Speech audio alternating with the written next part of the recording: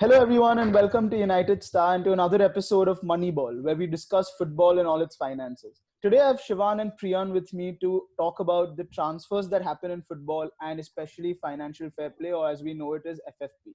Let me come to Shivan first and let me just get straight into it and explain how the FFP works and why it was ushered in by the UEFA. Okay, so we all think we have an idea of financial fair play, but let me just explain it in brief. So FFP was originated in around 2010, basically to regulate the game and to make sure that all clubs act sustainable and to basically restrict unlimited spending and to restrict owner investment in the league. So it's created to make sure that clubs are self-sustainable and basically what they earn is what they spend. So we don't want other clubs like owners like Russian billionaires and the Qatar government and the Saudi government coming and spending money in football. So basically, what FFP looks at is over a 3-year period, you need to have a break even or you need to have a minimum loss. So in for UEFA Champions League and UEFA Europa League teams, over 3 years you can have a 30 million loss. That's 10 million loss per season. For Premier League teams, it's a 105 million loss over 3 years. That's 35 per season. And for EFL clubs, which is Championship and League One, you need to have a 95 million loss over 3 seasons.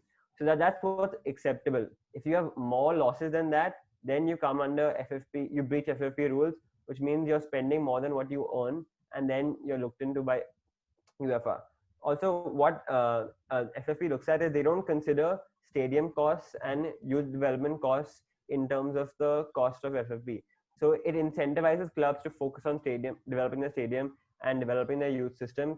So that's why you see Arsenal moved into a new stadium in 2006 to help counter FFP so that they can raise their matchday revenue. Tottenham did the same thing. Chelsea want to enter a new stadium. Liverpool improved their stands. So all of those were designed to help minimize the FFP losses, minimize the basically enter into the FFP the working period where you are not when you're not breaching rules. Now we all know that people have criticized UEFA for not exercising the laws, but actually because City weren't banned, but actually City have banned and UEFA have banned clubs before. So in Galatasaray was banned in 2015-16 from playing the Champions League. Even Dynamo Kiev was banned in 2014-15 from playing the Europa League. So UEFA actually is implementing it, but it's just so confusing as to what their regulations are from time to time. Even sports lawyers don't understand the exact working of FFP, and that's why it brings such a chaos. I think you've hit the nail on the head. The problem with the FFP is that there is a lot of ambiguity. So I think the main rule is that you're allowed to spend 5 million euros more than from what you've earned in per assessment period, which is 3 years, as you've said. And of course, the second rule is that you cannot bring in finances from outside the club, and you can't funnel it through your equity and things like that clubs tend to do that are listed on the market and stuff. But an extension of FFP is, of course, the entire transfer market, and in that also, it's not what we see in face value as to how much money is gone to each player and each club. So Priyan, why don't you come in and explain how certain deals are structured and what the agent earns, what the clubs earn, and what are the bonuses? Right. So from what we as fans we think of it as paying up the money and picking up our player, but it's not really that simple.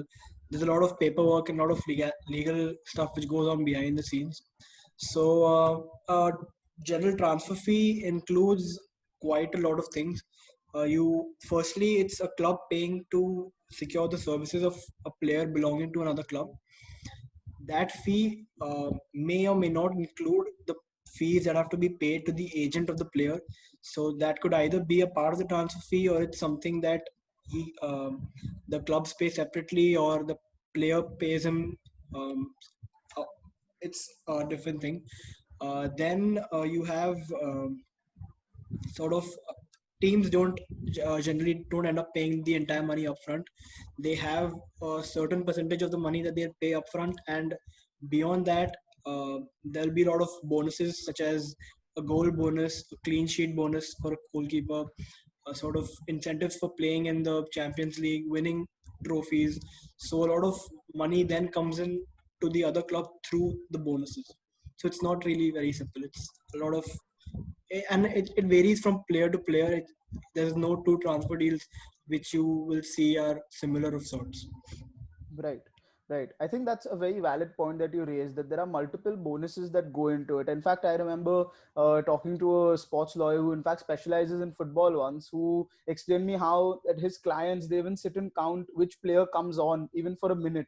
So the manager is trying to like waste time in the 90th minute, but that's costing the club out £80,000 because that's his weekly wage if he comes on at all from the bench. So all these players, when we hear about these astronomical salaries as well, they don't necessarily get that unless you're a top player, and they have different structures going down depending on how many games they play or how much time do they play. Are they part of the match day squad, or are they not, or are they the reserve squad? So for players who are sort of part-time players or reserve players, they tend to structure their contracts in very different ways than players who are top players. Shivan, I just wanted to come back to you on what Priyan was saying. If you can elaborate on some of the ways like the deals are done, as to let's say for example the Jadon Sancho deal. There's a lot of talk about bonuses later. So what kind of bonuses are we talking about here? And another deal that's interesting is the Pjanic and Arthur swap deal. Okay, so right now in this market, clubs have to be creative because we know that finances aren't readily available because revenues are less because there's no fans in the stadium and there's less commercial revenue coming in. So United are going in for Jadon Sancho. We've heard Fabrizio Romano say that they're quite close, but they can't afford to pay 100 million upfront right now because they don't have that sort of money.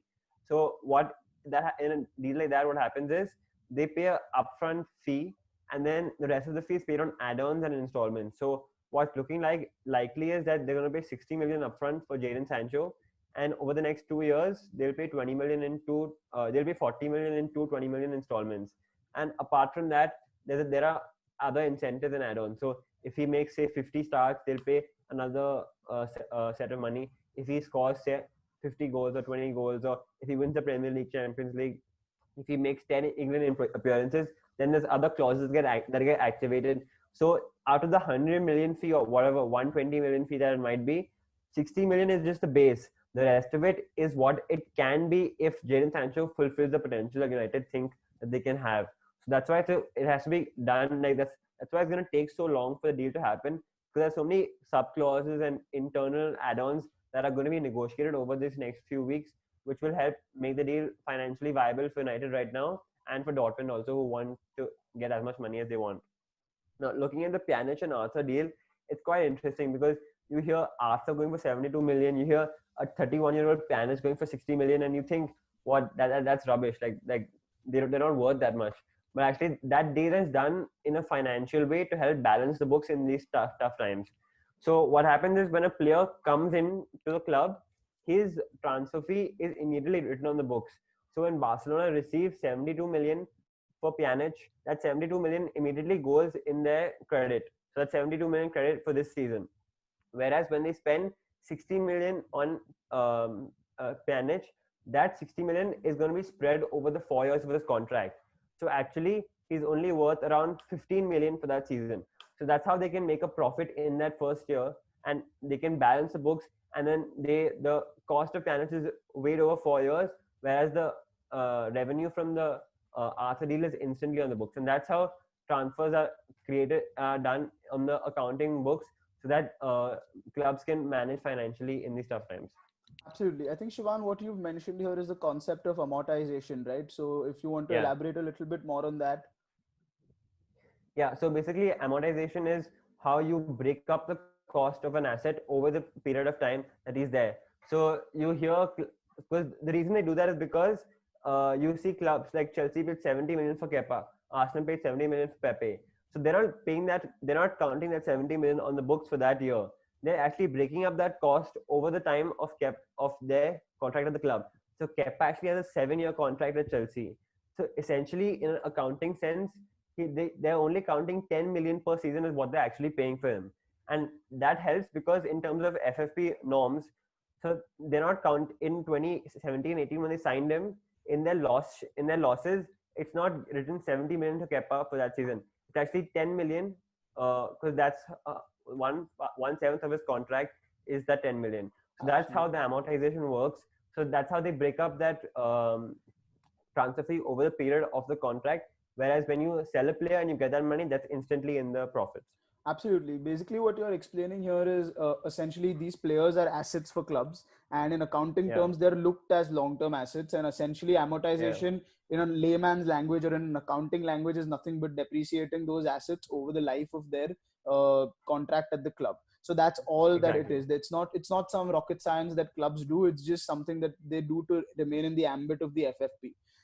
Another thing that often happens is that there are these conspiracy theories that go around that clubs are using transfers to sort of shift their money around and to play with their money. One of the most famous ones was in fact Bebe when Manchester United signed him because he was owned by George Mendes and they paid him £8.5 million for a player who clearly was not worth that much. And this essentially talks about the player that money being moved around through different channels and into a safe place so they can avoid paying a tax on it or avoid showing it in their books. Yeah, The other thing that happens also is dual ownership of players, like that we saw in the case of when West Ham signed Mascherano and Carlos Tevez. And it's of course yeah, not allowed anymore. So who owns the hmm. player? Sometimes there are dual rights that are in place as well. The other thing that's very important in terms of transfers is one of the main reasons why the Paulo Dybala transfer fell through is image rights. And I think that plays an important role as well. So these image rights are essentially rights where footballers give their right to use their face, their signature, their likeliness in games that might be owned by someone other than the club. So Yeah, when of course Manchester United signs a player or Arsenal signs a player, they want to use that player in their advertisements in their sort of FIFA, for example, or any other causes. If the player does not own his image rights and another agency owns it, they have to buy those image rights as well. And a lot of players don't own their image rights. Like Paulo Dybala does not own his image rights, and that's why that deal was working out to be a lot more expensive for United than just the transfer fee. So these are two or three additional aspects that go into a transfer, just beyond the sort of the FFP rules and the transfer money that Priyan explained as to what is paid to the clubs. So there are things like who owns the clubs, who owns the player, who owns the image rights, whether it's the agent, whether it's the player. And of course, agents nowadays, super agents like George Mendes and Mina Riola play an important role in sort of transfers as well nowadays. So that in a nutshell is the fuzzy market that we are in, and that's the sort of astronomical figures that we're seeing are because of in fact rules that are meant to keep teams in check.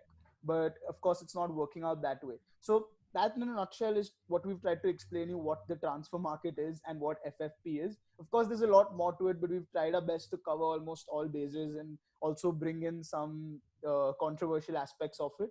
So thanks for watching, guys, and thank you, Shivan and Priyan, for coming on. Do let us know what y'all no think worries. and subscribe to the channel for another episodes of Moneyball and a lot more, especially about Manchester United and the football world. Hope to see you all soon and hope to see you all again. Thank you.